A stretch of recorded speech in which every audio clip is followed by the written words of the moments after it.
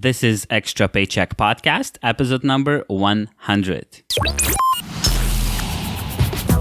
You're listening to Extra Paycheck Podcast, where you will learn how to build and grow your own successful online business. Now, here's your host, Alex Soul. Welcome to the episode number 100 of the Extra Paycheck Podcast. This is a big episode for me since it marks such a big milestone, and I decided to bring a very special guest on today's show. He's one of the top online entrepreneurs, a very well-known and respected blogger, podcast host, an author. He's a father, a husband. In 2016 alone, he's made close to $2 million online, and he's very transparent about his earnings, his income, and his results. He's helped thousands of people all over the world, and he is the inspiration behind the Extra Paycheck Podcast. Ladies and gentlemen, welcome Pat Flynn. Hi, Pat, and welcome to the Extra Paycheck Podcast. Thanks for having me, Alex. I'm so glad to be here. Pat, I did a little intro for you, and I'm sure that most of my listeners have at least heard your name if they don't know very well who you are. Some, however, might not have heard of you. So for those who don't know who Pat Flynn is, can you tell us what are you most known for? Well, I'm most known for my website at smartpassiveincome.com, where I experiment with a lot of business-related things, and I just share everything from the projects I'm working on, what's going well, what's going not so well, mistakes I've made, things I wish I'd done differently.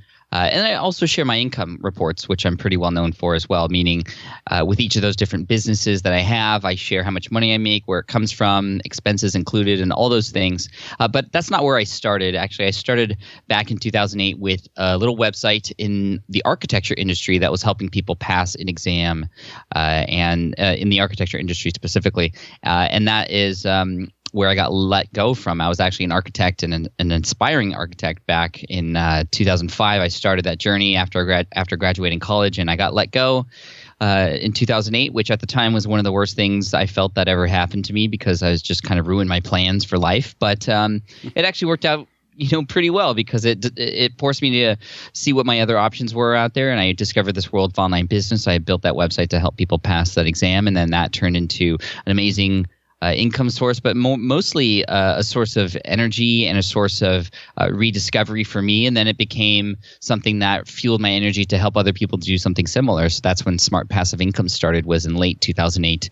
And now I'm known as an author. I had a book come out last year called Will It Fly, which became a Wall Street Journal best-selling book as a self-published book, which was amazing. I have a podcast called the Smart Passive Income Podcast, which just passed 34 million downloads. A secondary podcast called Ask Pat, which has millions of downloads as well. And also am speaking and doing all this amazing stuff. But you know what, Alex, the best thing about all of this is not the money. The money's awesome, but you know what? It's the freedom that comes with the kinds of businesses that I've created. So not only am I getting sort of this quote extra paycheck, but it's one that doesn't necessarily require my time directly. Now, that's not to say I just build things and let them go forever and they always make money for me. That's not even close. Like, I have to upkeep these things. I need to, keep going. But I can't spend time away. I can spend time away from my business and kind of let them run on their own for a while. So it's no longer me working for my business at all times. Sometimes my businesses are working for me. Actually, at all times they are. And that allows me to spend time with my family here at home and be here for my kids and travel when other people aren't able to. And, it's just awesome. And I feel very blessed and thankful for this amazing journey that I've been on. Yeah, thank you. Thank you for sharing that. Great introduction. And Pat, there's a big question right here in your case, since you weren't just, jumping from one thing to another back before your online journey. You, as you mentioned, you were an inspiring architect, and the economy turned down. You were let go at the moment. However, you had a really good career ahead of you, or could have had a really great career ahead of you as an architect. What made you decide that you don't want to go back into that career and, kind of trusting this new journey, this online, giving your 100% to that? What made you, what gave you that push? Well, when I got let go, initially my initial response was, I got to get back in. And I called every single architecture firm I knew, every single contractor or mechanical, plumbing, electric that we've ever worked with, and I just begged for a job because that's what I knew, and that's what I knew what my plans were as well. And just that's where I was comfortable. I went to school for that kind of stuff. I was lucky to have my parents support me through college for that, and so I felt like I was letting them down. I felt like I failed. But I couldn't get a job because, like you said, the economy was just very terrible at that point. And so I had really no other options. But I still had this love for architecture, of course, and always felt like, even after I started my business, that I was always going to go back to it. But then I started thinking about it, and then I realized, especially when I started to see some small amounts of success in the beginning, and then I just started to immerse myself in this world and get to meet all the cool people and see what they were doing too, and just saw the possibilities. I then really thought deeply about it, and I decided that this was the journey I wanted to go down, because when I think about my architecture journey from even back from high school to college, I did everything that I was supposed to do. Everything that I was told to do, I was on the right path, right? I was following exactly the instructions I was told to follow. I was a 4.0 student. I graduated magna cum laude at the top of my class in architecture in Berkeley. I got this amazing job at this amazing architecture firm, and while I was there, I was pushing the boundaries. I was working hard. I was the youngest person to get promoted to job captain, all these things. And even though I did all the things beyond what I was supposed to do, better than I was supposed to do, I still got let go.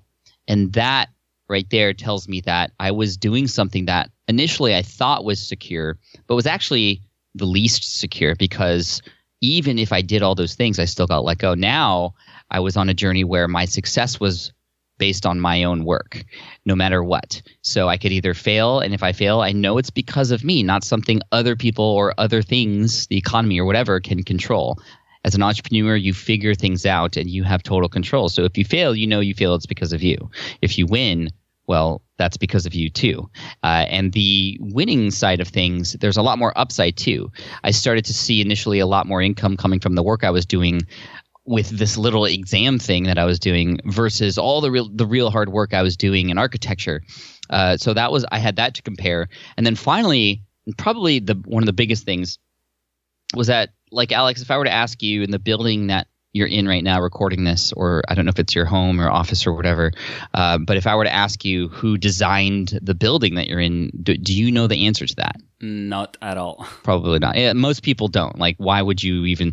It's crazy though, because we live in these homes, right? We raise our families here. We don't even know who built the home that protects us from the outside world and shelters us, which is crazy to think. So I have my fingerprint on many different buildings around the world through my work in architecture. Yet nobody will ever know that I had a play or a role in that.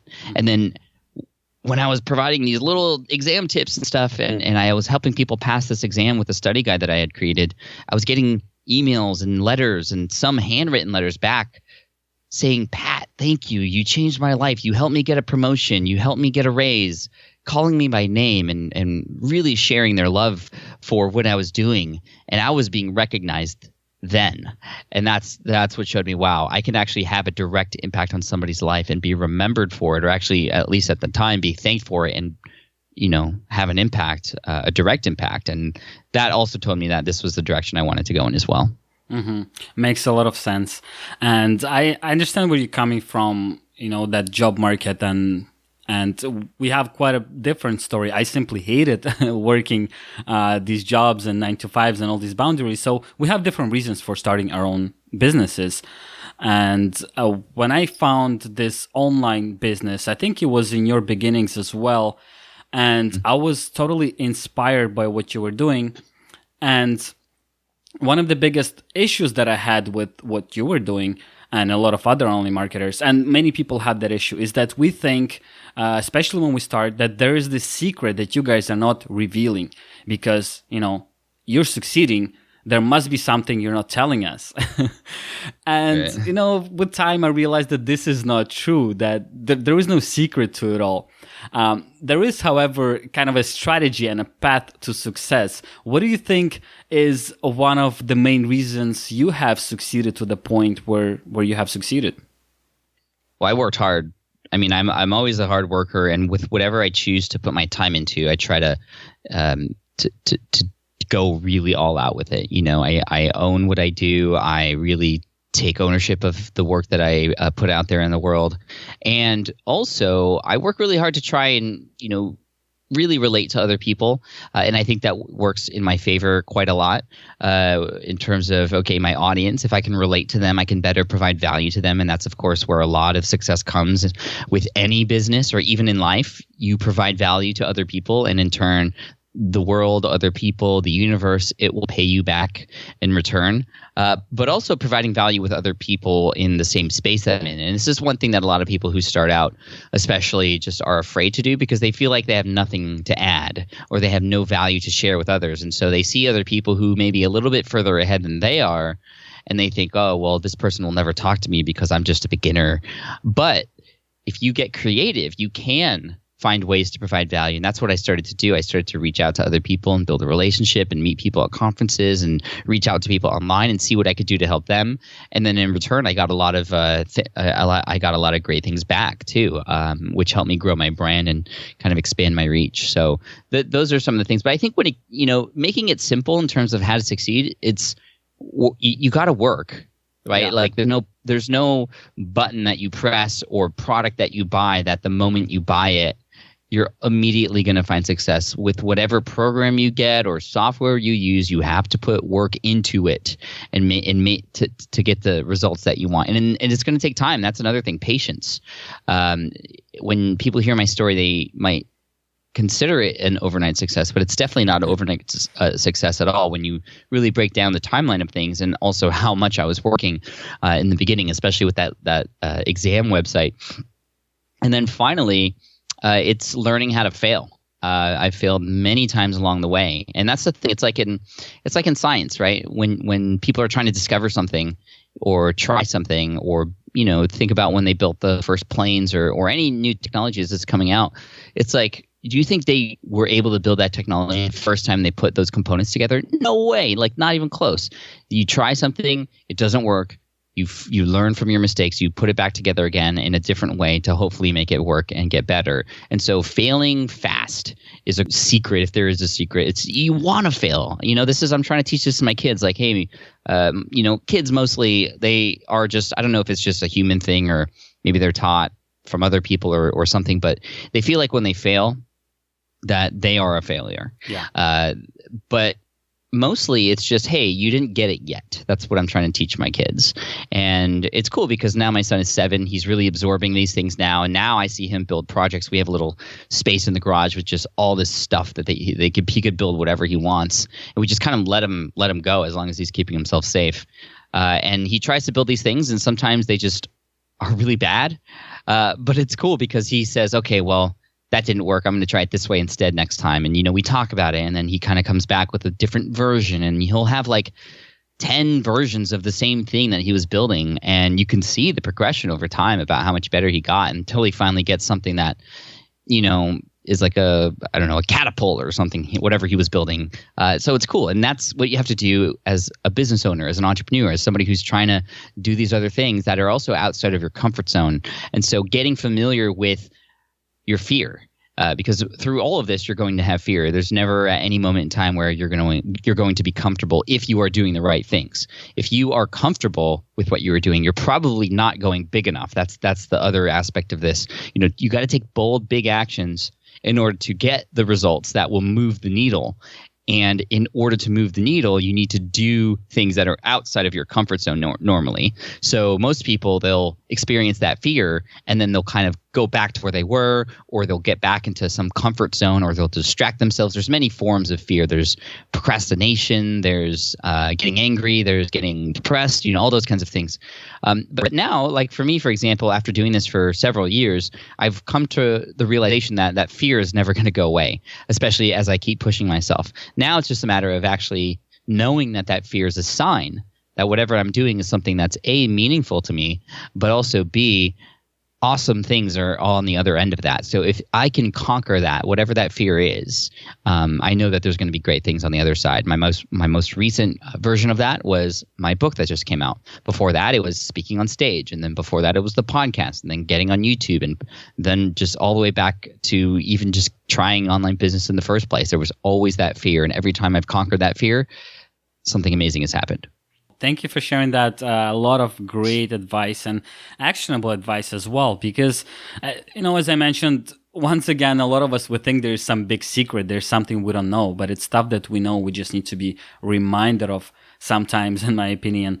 And as you said, failing fast, then just getting up and not thinking of it as a failure, but thinking of it as a learning experience, because that's what failing means. It's, you learn something, you pick something, you get new skills, and you know which mistakes to not make in the next project.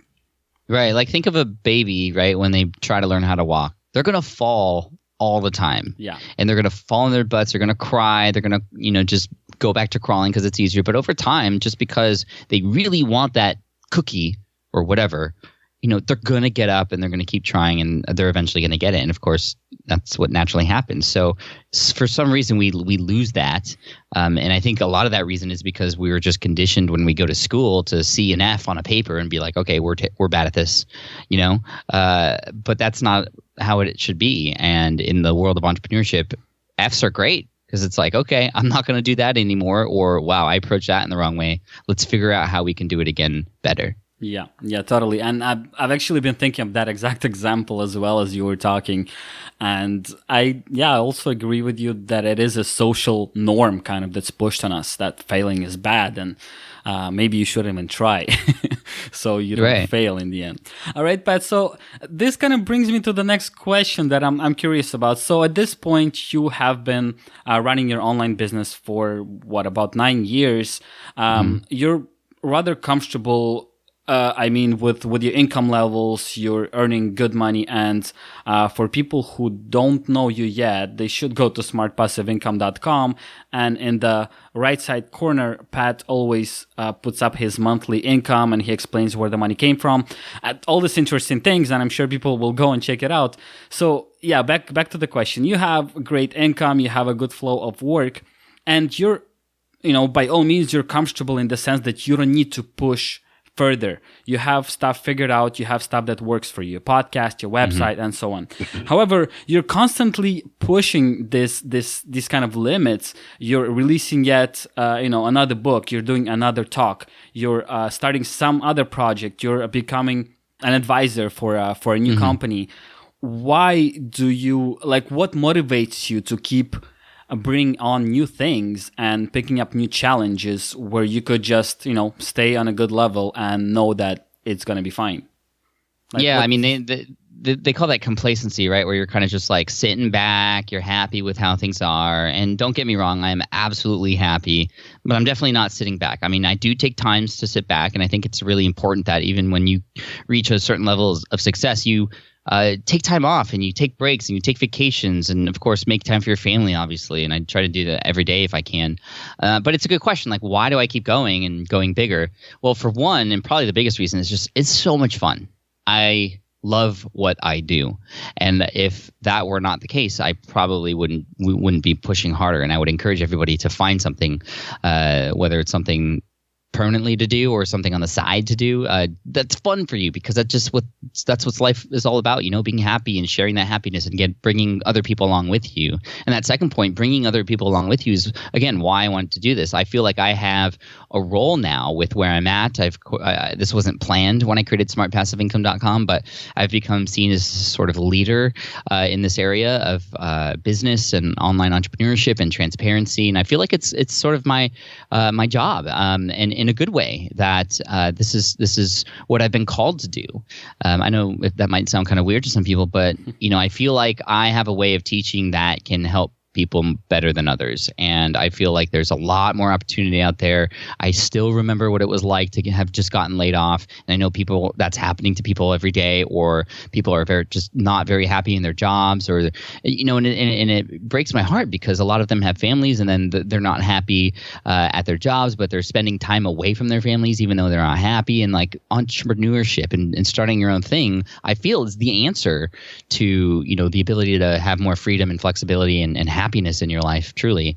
And so that's what drives me too. I'm also beyond just smart passive income. And I'm doing some advisory work, like you said, for other businesses. One of those organizations is called Pencils of Promise, which is a group in New York that helps build schools all around the world. I had run a birthday campaign on my 32nd birthday on December 6th of 2014 I basically told my audience, hey, I don't want any gifts. I don't even want happy birthdays. I want you to help out with this campaign for Pencils of Promise to help build schools in Africa for these kids who just don't have access to education, and we need to do this. And so I said, okay, if we as a community can raise $25,000, I will match that, and we'll be able to build 2 schools in Ghana, Africa. And so the community came together. They raised $28,000. I matched it. We built 2 schools. I dedicated 1 school on behalf of my family, and I dedicated 1 school on behalf of the SPI community. Like it literally says on a plaque in Africa at that school, this was built thanks to the Smart Passive Income community. And it's so awesome. And so I actually got to visit there in 2015, and I brought my cameraman, Caleb, with me, and we filmed the whole thing, and it just became this really impactful, life-changing thing for me that's now having me think of, okay, well, what else beyond Smart Passive Income can I do? I want to help more kids with education. I'm trying to think of other things and maybe potentially create my own nonprofits and help out in other ways that I'm discovering now that my son is of age for school, and just trying to incorporate myself into that world. And I feel like the more work that I do and the bigger I grow my business and the more well-known I become and the more books that I write, the more likely it is I'll make a deeper impact in this world and be able to leave a legacy so that I can be remembered, not just me be remembered, but the things that I teach and the way that I feel like is the answer to happiness, like that can live on after me. Mm-hmm. Thank you for sharing, Pat. And these are great reasons to keep on going and to keep on growing. Totally agree with you. And it kind of brings me back to the thing you said about being in your comfort zone. That's another thing. If you're always in your comfort zone, then you're probably doing something wrong and you're not just pushing enough. And I wanted to ask you another thing about motivation, I guess, at this point, since this is what we're talking about. You know how a lot of people, especially beginner entrepreneurs, especially beginner online marketers who start a niche website on whatever subject, right? Many of them, they do put in the work for at least the first few months, and they don't seem to get any traction for, whatever reason. They might not be writing enough articles, or maybe Google is just not ranking them fast enough, or there's so many reasons, especially when we're beginners, to not make that money or to not get the traffic. And a lot of people lose the motivation and they just quit it, and, they go back to a job or whatever else, a new project. What would be your recommendation to kind of help yourself stay motivated and keep working on a project that is not showing you any results just yet? Yeah, well, for me, just to let everybody know, the projects that I've done, the exam website, Smart Passive Income, Food Trucker, other websites and businesses, they've really started to take off only after a year and a half. That's it's been an interesting pattern that for each of those web properties that it's taken a year and a half to really gain some traction. And you have to realize that it's going to take time. And so after a few months, which is quite normal, because that's after what they call the honeymoon period, right? Where it's all exciting in the beginning, and then all of a sudden you just start not seeing results from the hard work that you're putting in. You may be putting in hard work. It's just going to take time for one to even give it a chance sometimes, depending on the niche. Now, there are things obviously that you can do to speed things up, and you are probably not doing those things, like actually reaching out and talking to other people in that same industry and just kind of hiding behind your computer. Sometimes the best way to grow an online business is to get offline, and that is the case that I did for each of those businesses that I've had. It's been able to help grow by getting offline and meeting people and being in conferences. And I know when you're starting a niche that you're just like, okay, well, I just want something that I could dabble with, that I don't need to be very present with. But you know what? If you're trying to build something that's valuable and you're not putting all the effort that you can to make it valuable, then of course you're not going to get the results that you're going to get or that you want to see. At the same time, I would very much challenge yourself after that honeymoon period to ask yourself, okay, why isn't this working? Not just give up. Like, I wouldn't give up right away. I would just ask yourself, okay, why isn't this working? And if you don't know the answer, find out the answer, because there are answers out there and it's different for everybody. But I would challenge you to find it so that way you can address the problem. It's like, in any great business, if there's something going wrong, whether it's the manufacturing line and something breaks, or, management or whatever, you always have to get to the root of the problem and find out what's going on so that you can then proceed and keep going and churn out whatever it is that you need to do. So I would just, that would be my advice to you is first of all, just don't give up right away. Also, you need to give it a little bit more time, but keep putting work into it. But make sure that the work you're putting into it is work that actually matters, work that actually is providing value and adding value to it. Now, there's of course, like, all these articles and tricks and things you can do. Hey, use BuzzSumo to find content that other people are writing about that are very popular, and then link to those articles to give your site a little bit more relevancy. And there's a lot of strategies like that, and yes, they do work.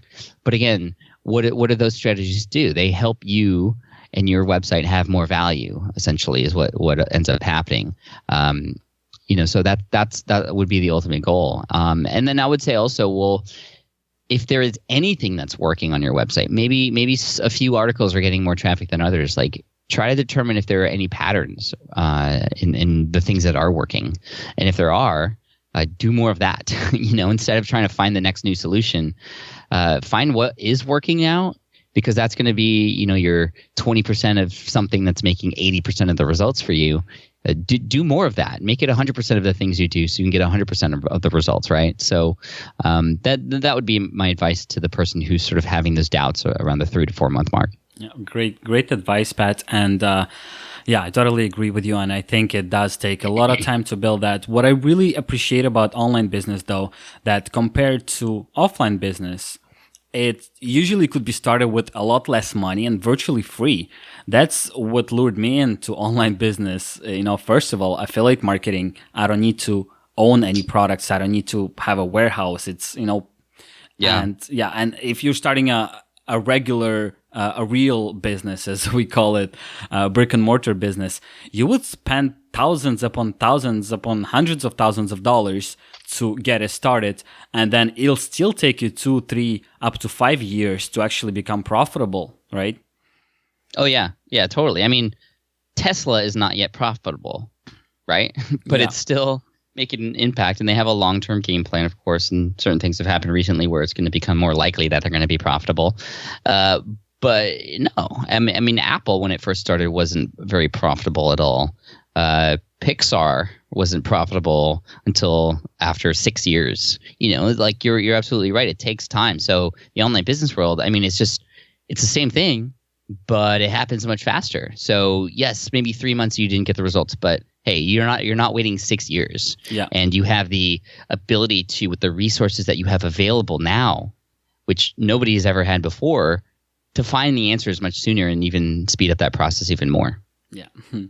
All right, Pat. I have one question for you. And usually, as my listeners know, this show is not scripted. You haven't read any questions from me. I don't really prepare questions for the podcast either, because I like it when it flows more naturally. However, there is one question that was kind of planned ahead, and this question comes from SPI community, out of all places.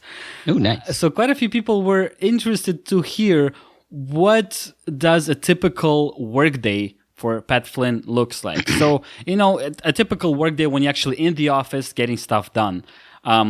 Take us through it from the moment you wake up to the morning you go to bed. Sure. Well, it depends on what day, actually, which is really interesting. This is a productivity tip that I picked up, and that is having every day of the week be a specific thing that you do. So, for example, Mondays are the days that I write. Tuesdays are the days that I record. Wednesdays are the days that I meet. And Thursday and Friday are sort of just leftover days or cleanup days. And that makes it really easy because now, for example, if I want to schedule a podcast interview, it's always going to be on Tuesday. Now, today's Thursday, and that's because just certain circumstances we couldn't connect, you and I, on Tuesday, but here we are on Thursday because Thursday is sort of the leftover cleanup day. But I typically try to schedule all interviews on Tuesday, whether it's me going on somebody else's show or somebody coming on my show. It also makes it really easy for scheduling purposes and organization. When I have people come to town and they want to meet with me, I say, okay, well, pick a Wednesday, right? And so it just makes it really easy and clean for me. When I wake up in the morning on that particular day, I know what I'm doing. So let's just say, for example, that it's a Tuesday, my podcast recording day. I wake up at 4 a.m. Wow. And that's, I know, kind of a crazy number for people. And it's crazy for me too, because I used to be a night owl. I used to go to bed closer to that time than wake up, because that's just how it was in architecture. You know, when you work in the studio, you're up all night until the next day. And it was like that in my career as an architect too. You know, you stay up in the late hours because you have a client presentation to do the next day. I mean, it's the same thing. But I've recently realized that it's much healthier to get up earlier than it is to stay up later. And then also I'm more energetic, and also with the kids especially, I have no distractions in the morning hours versus sometimes at night. You know, when I'm working, they might have just gotten to sleep, but then they're just not going to sleep, or, you know, with young kids, it's kind of a variable every day. But yeah, the early morning hours. So I wake up at 4 a.m. and I have a very specific routine that I follow. And this is also a good tip. Having a routine in the morning is great because it gets you in the motions. You know, an object at rest tends to stay at rest. So if you can at least just get started in the day, you're going to have a more likely chance that you're going to accomplish what you want to accomplish. So to start, I wake up, I go and brush my teeth. I splash 3 waters on my face, and then I take a shower, and then I change. And then I go downstairs, and then I take a drink of water with a lemon in it. I also, while I'm doing that, put oatmeal in the microwave, and then I put blueberries on it after it's done, all whilst also making coffee at the same time. And so that takes me to about 4:40 when I'm sitting down eating breakfast. And during breakfast, I'm reading a book, and I read a book until 5 a.m. So that gives me 20 minutes of reading time every day, which really adds up. Like, I used to hate that I didn't have time to read, but just fitting it in there while I'm eating breakfast is great. And I'm not wasting time flipping through Twitter. I haven't even checked Twitter yet. I haven't checked my email, nothing. I'm just going through the motions. And what's cool about this sort of process in the morning, this routine thing, is that there's no thinking involved. I just do, because I'm still kind of waking up, right? And it's when I start reading my book that I finally start to get my brain going, if that makes sense, in a very sort of non-overwhelming kind of way. I'm just reading, and it's also fun at the same time. And what I'm reading are typically biographies or business books, which just get me really excited about the work I'm about to do. And then if it's Tuesday, I go into my office, and I typically will record a week's worth of Ask Pat episodes. So that will take me about an hour and a half, which is nice because I got the process down. So I could record 5 episodes of Ask Pat within an hour and a half. So that takes us to about 6:30.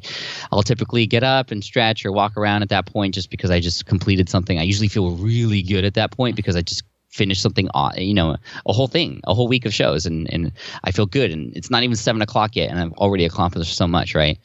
And then at that time, maybe 6:40, I go back, and then I record a couple just short things that are included at the beginning or end of my main podcast. So where the advertisements go in, or the intros or the outros, which are recorded separately, like I believe yours are, with the interviews. And that's a nice kind of way to structure it. And then the kids are usually up at around 7:15 or 7:30. And then I'm only with the kids, 100% with the kids, getting them ready for school, cooking them breakfast, playing with them, reading in the mornings, getting their brains ready for their schools too. And then I typically take my son to school because he's in regular school or primary school, elementary school. My daughter's in preschool, so she is actually only there 3 days a week at this point. So Tuesdays she wouldn't be going to school, but we'd all go together as a family, my wife included. We drop off the kids, which is really cool. I love the fact that we can both be there, the whole family, to drop off our son, and typically we're both there to pick him up in the afternoon too. Now, when we are back at home after we bring our son to school, it's usually more playtime. But if I have a lot of work to do, I mean, it kind of also depends on, is there something coming up? So if there's a launch coming up, or if there's some, big thing I have to record, I'll typically take more time. And my wife, April, will watch my daughter during that time if she's not in school, and I'll be in the office working. And when I'm in the office working, the door is closed and I'm very focused, knowing that I have specific times of the day where I can, distract myself. So at noon, it's lunchtime. I could play around on the internet or visit social media or whatever. That's my time to do that. And then I get back into a little bit of work stuff. Sometimes I'll do interviews in the afternoon because that's typically when they happen, like during this time of the day that we're recording right now.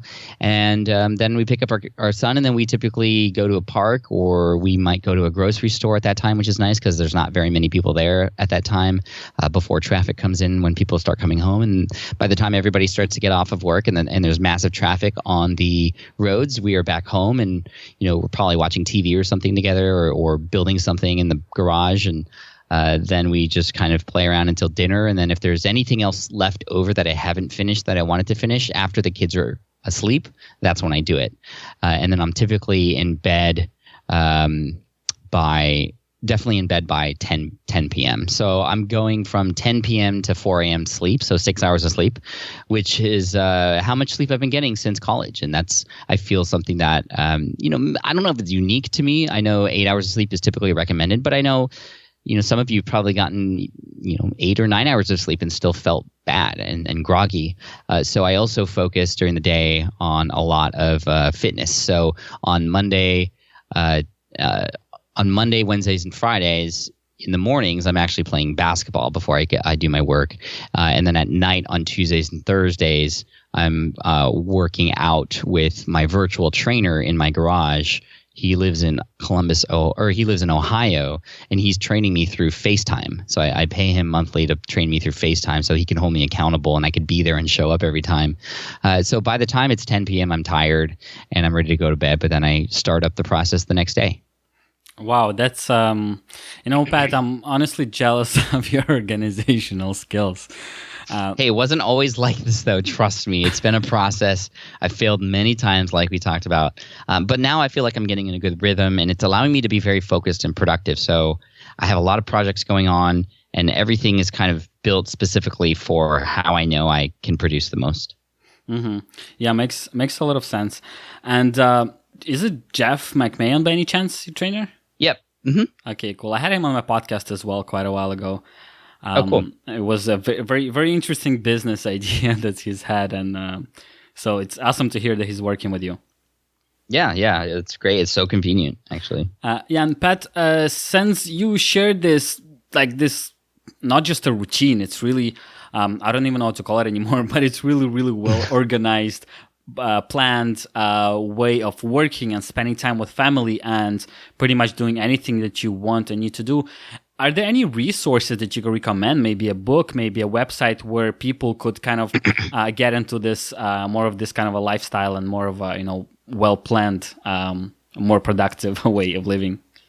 Yeah, I mean, there's a couple books I would recommend. First one is called The Miracle Morning by Hal Elrod. That one is one that really convinced me that the morning was the time for me. That's your personal development, that's your work time.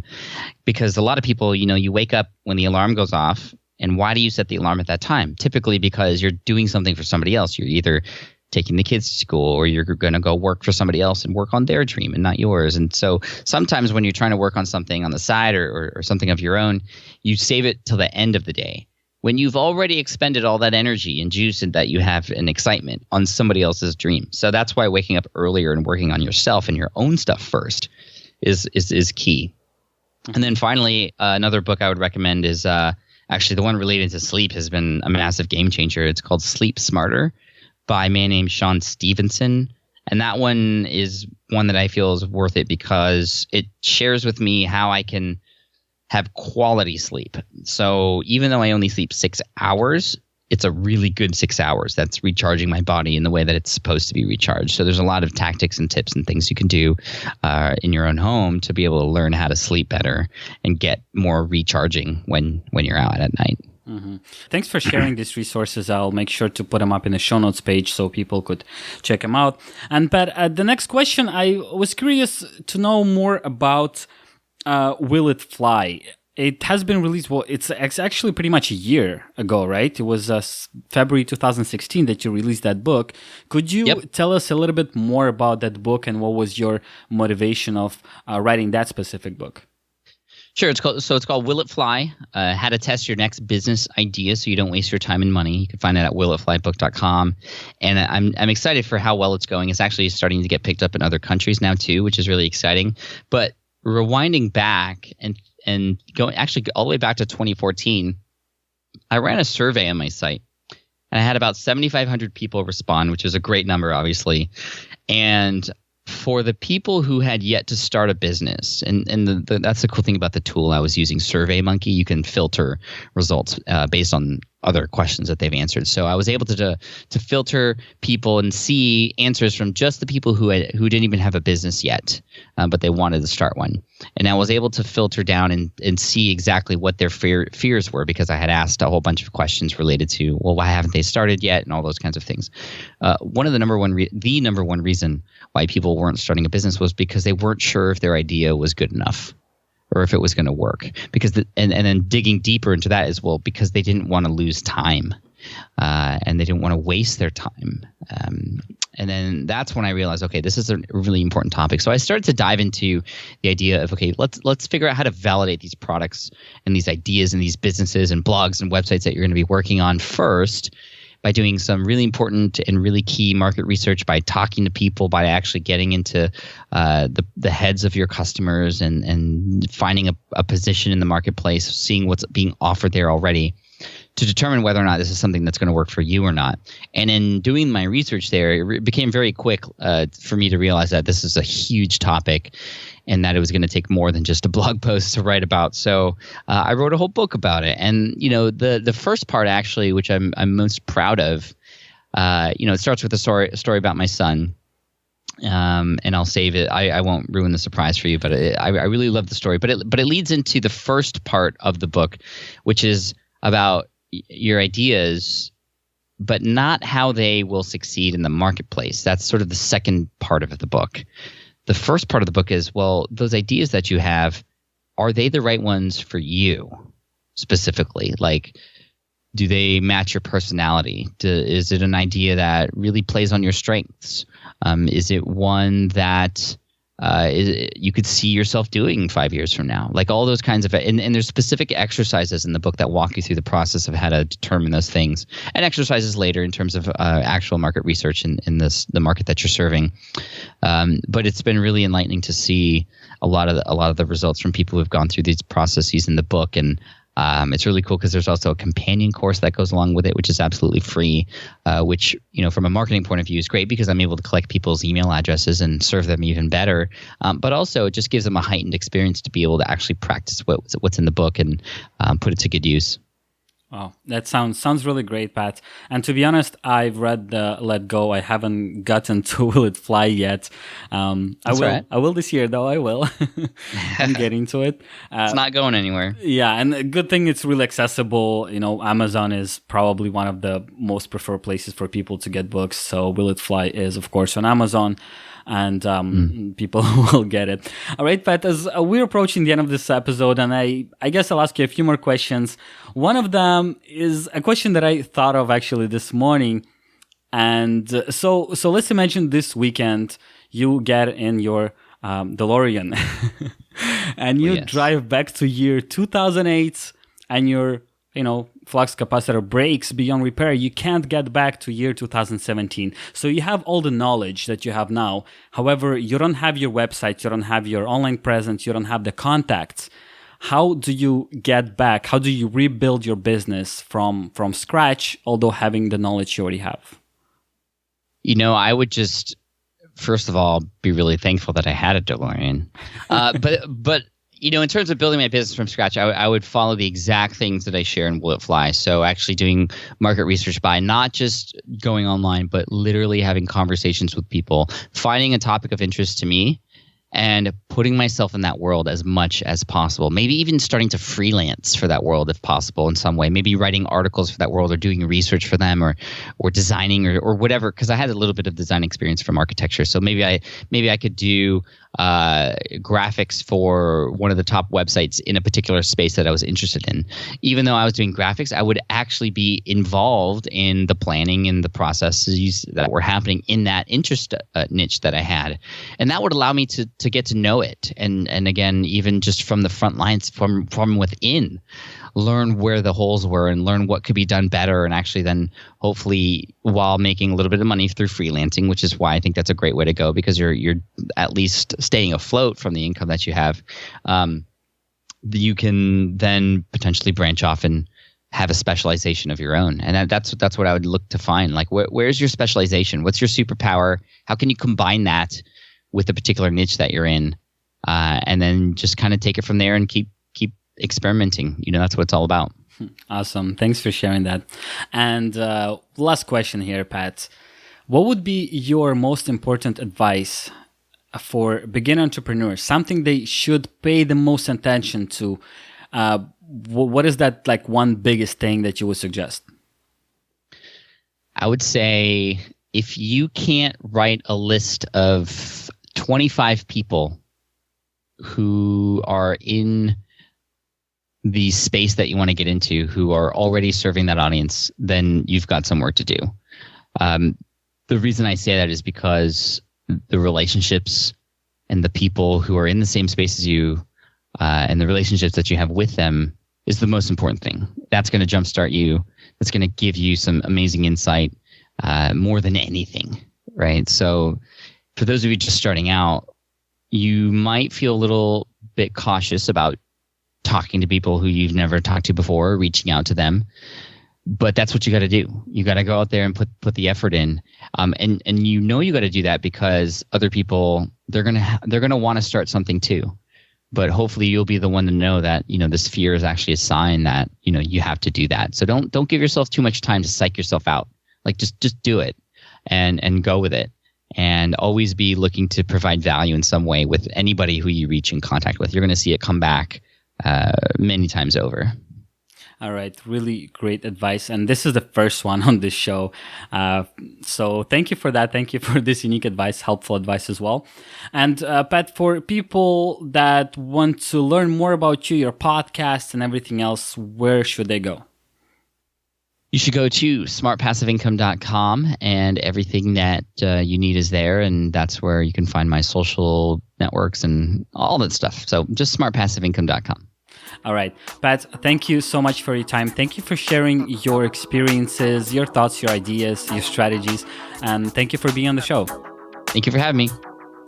Thank you so much for tuning into this episode of the Extra Paycheck Podcast. As always, head over to extrapodcast.com/100 to see the show notes for today's episode. This is where I'll be sharing all the links, resources, and other things that Pat and I have mentioned in today's episode. Also, head over to extrapodcast.com/iTunes in order to subscribe to the show through iTunes. And please do leave a rating and a review if you haven't already. This will help the show tremendously. Once again, thank you so much for tuning in, and I'll talk to you next Monday.